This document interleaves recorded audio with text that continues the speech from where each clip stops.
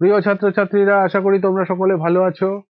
আগের ক্লাসে আমরা তৃতীয় শ্রেণীর পড়া যত পর্যন্ত আলোচনা করেছিলাম, আজ তার পর থেকে আলোচনা শুরু করব। যদি তোমরা আগের ক্লাস না দেখে থাকো, তাহলে ভিডিওর ডেসক্রিপশনে আগের ক্লাসের লিংক দেওয়া আছে, সেটা দেখে নিও। তাহলে চলো শুরু করা যাক। এবারে দেখো কি বলছে। বলছে ফাঁকা ঘরে সংখ্যা লিখি। এর মানে কি? মানে হচ্ছে, দেখো কিছু সংখ্যা দেওয়া থাকবে, তার মাঝখানে বা আগে পরে কিছু ফাঁকা ঘর থাকবে, সেই ফাঁকা ঘরে আমাদের সংখ্যা লিখতে হবে। ঠিক আছে? যেমন দেখো প্রথম ছবিতে আছে 404 ফাঁকা ঘর 406। তাহলে এই ফাঁকা ঘরে কি সংখ্যা বসবে? 404 ফাঁকা ঘর 406। 405 বসবে, তাহলে বসিয়ে দাও 405 405 405। ঠিক আছে? তারপরেরটায় দেখো কি বলছে, 207 ফাঁকা ঘর 209। তাহলে মাঝের ঘরে কি বসবে? মাঝের ঘরে বসবে 208 208। বোঝা যাচ্ছে? তারপরের ঘরে কি আছে দেখো, 319 ফাঁকা ঘর 321। তাহলে কি বসবে? 320 320 320। ঠিক আছে? তারপরের ছবিতে কি আছে দেখো, মাঝে আছে 531। তারপরের ঘর ফাঁকা, তার আগের ঘর ফাঁকা। তাহলে 531-এর পরের ঘরে কি বসবে? 532 5 3 2। আগের ঘরে কি বসবে? 530 5 3 0। বোঝা যাচ্ছে? এবারে দেখো তার পরের লাইনে কি আছে, একই জিনিস 199 ফাঁকা ঘর 201। ঠিক আছে?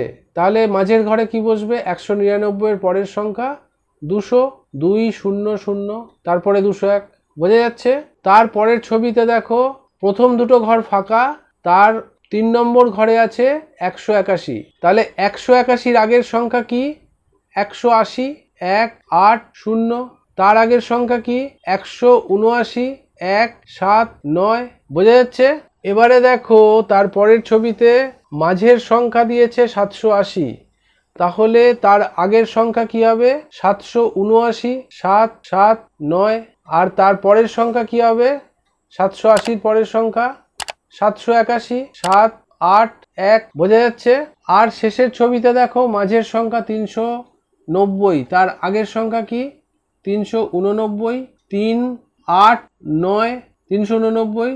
আর পরের সংখ্যা কি? 390-এর পরের সংখ্যা 391 391। বোঝা গেল? এবারে কি বলছে দেখো, এবারে বলছে ঠিক আগে ও পরে লিখি।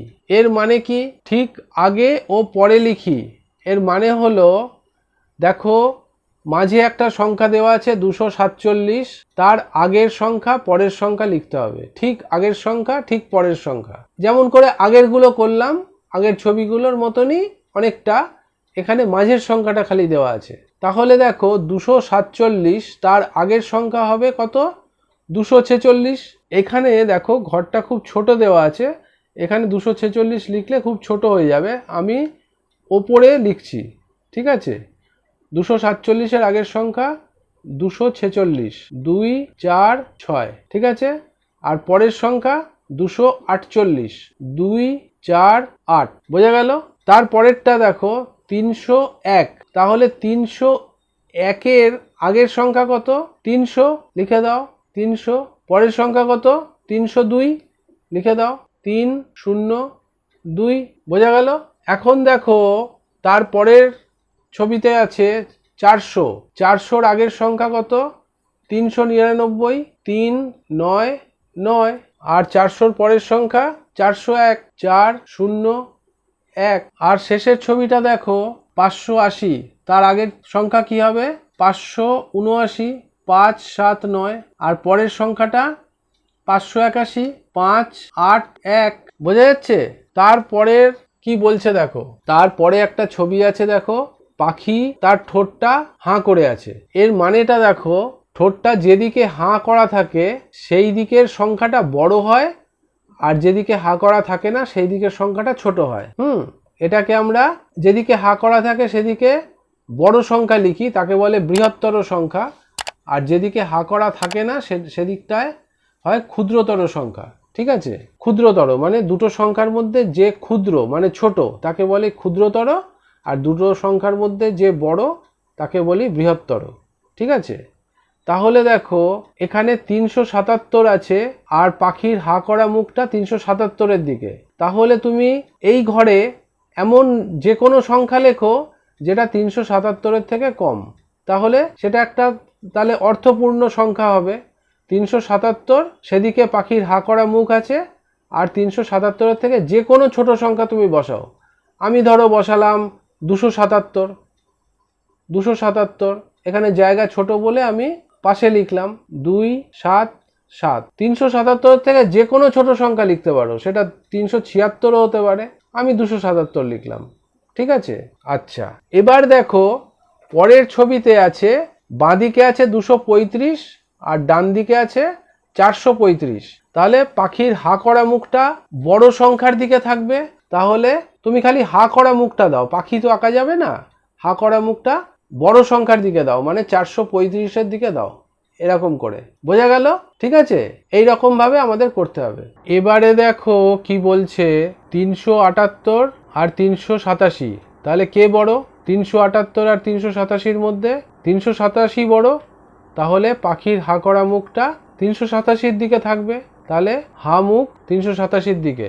ঠিক আছে, এবারে দেখো হা করা মুখটা 600-র দিকে আছে। 600, হা করা মুখ 600-র দিকে, তাহলে 600-র থেকে যে কোনো ছোট সংখ্যা তুমি এখানে বসাতে পারো, যে কোনো ছোট সংখ্যা, সে তুমি 100 বসাও, 200 বসাও, 300 বসাও। চলো আমরা 400 বসিয়ে দিই। ঠিক আছে, তুমি যা খুশি বসাতে পারো, সেটা 600-র থেকে ছোট হতে হবে। আচ্ছা এবারে দেখো তারপরেরটায় কি বলছে, হা করা মুখটা ফাঁকা ঘরের দিকে আছে আর ডান দিকে আছে 800।